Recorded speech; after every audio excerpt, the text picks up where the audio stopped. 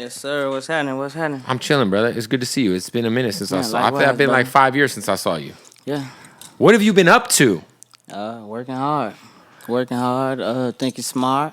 Trying to maneuver. Get over obstacles. Yeah, I mean, I saw you did Vlad like a year ago, and I mean, because listen, you have had one of the bigger records in the last 5 years. Envy Me was a moment. Was it triple platinum? It's 5 times now. 5 times platinum. My goodness, that's fire. That's got to be a Appreciate dope it. plaque. Like, did you get the 5 times platinum plaque yet? Nah. You gotta buy that one. Yeah. I'm on it. I'm gonna get. I stopped at 3. Yeah, because No, I it's stopped like at 4. every I time stopped you at get a new 4. certification, I need to get a new plaque. It's like Jesus Christ. But yeah, I mean, I know you kind of went through it with the label at the time because you were with RCA. Now you're fully independent, so congrats to that. I always congratulate Thank you. artists when Thank you. they're independent because I think For it's the sure. way to go.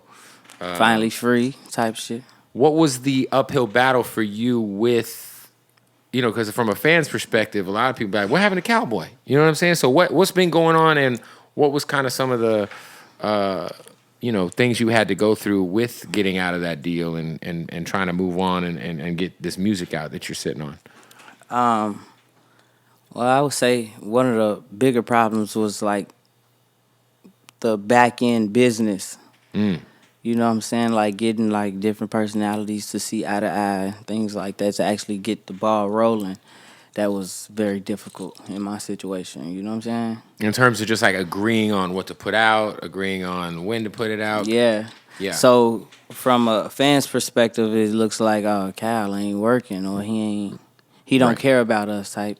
And then I kind of disappeared to them.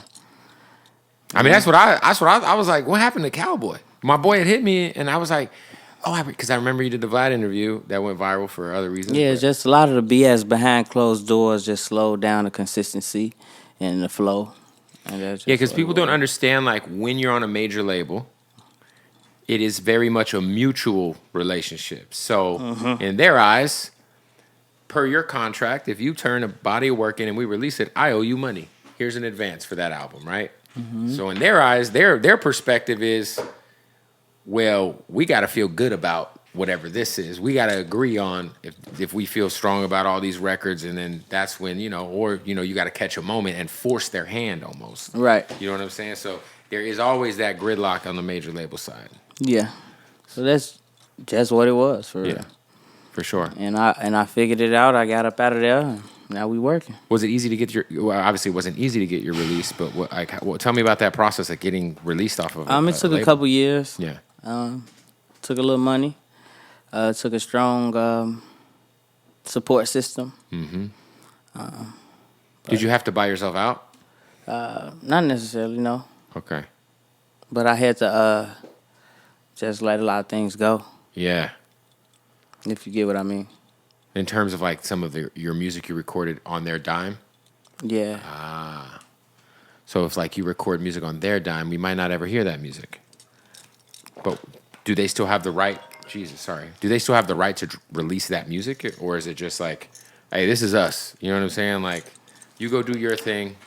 Yeah, it's really like that. I'm just doing my own thing. They ain't really worried about the other music, but I'm sure they will cause a hassle if I try to like. Drop stuff on. Yeah. No, that makes sense. I've had friends of mine who've like been on major labels, and then they'll get with like a really big producer. Like, let's just use an example, Timbaland or somebody, right? Right.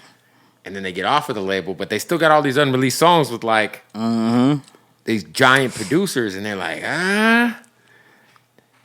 do I risk just throwing this shit out there to see what happens? Right. I mean, it can work both ways. It could work out, or it could be like, Yeah. you get a cease and desist. Well, right now I'm working on like all fresh music. Yeah. You know, the energy that I'm in right now, how I feel right now. So No, the new song's dope. I watched the video. It's dope. Dope record. You're I snapping on appreciate it for sure. Yeah, on my own. That was one of them ones where I was just feeling myself, you know what I'm saying? But that's the start of it, Unchained, is just explaining like what I really went through for real. Yeah, what for people who don't know, because I saw it. I mean, you lost a lot of your personal friends. I think you lost like 12 friends in a year. No, 8 and 2. 8 friends in 2 years. Yeah.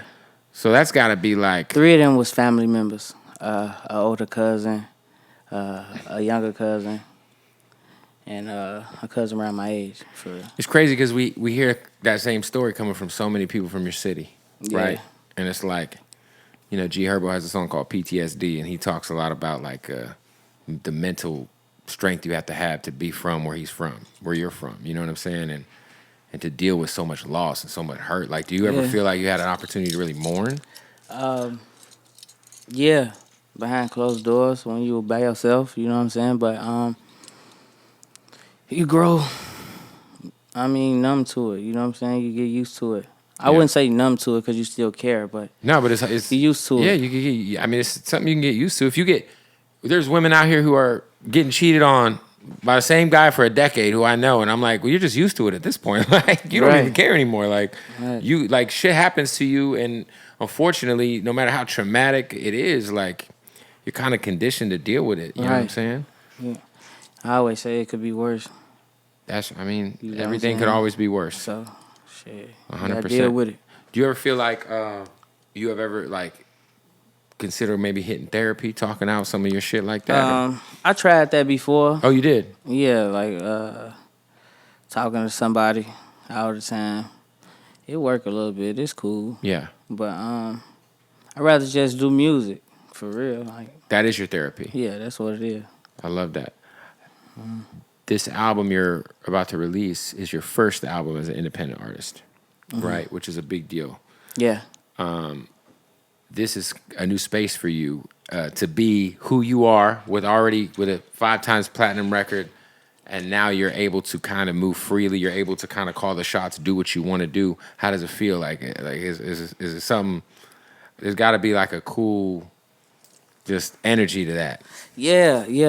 I feel free. I don't know why I keep saying that, but that's what it feels like. It feels like a weight is off my shoulder.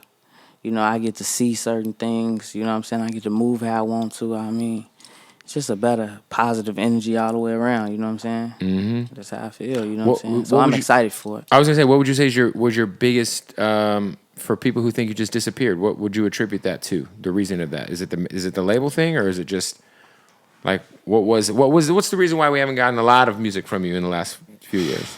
Yeah, it's a label thing. Yeah, it was a label thing, bro, for sure.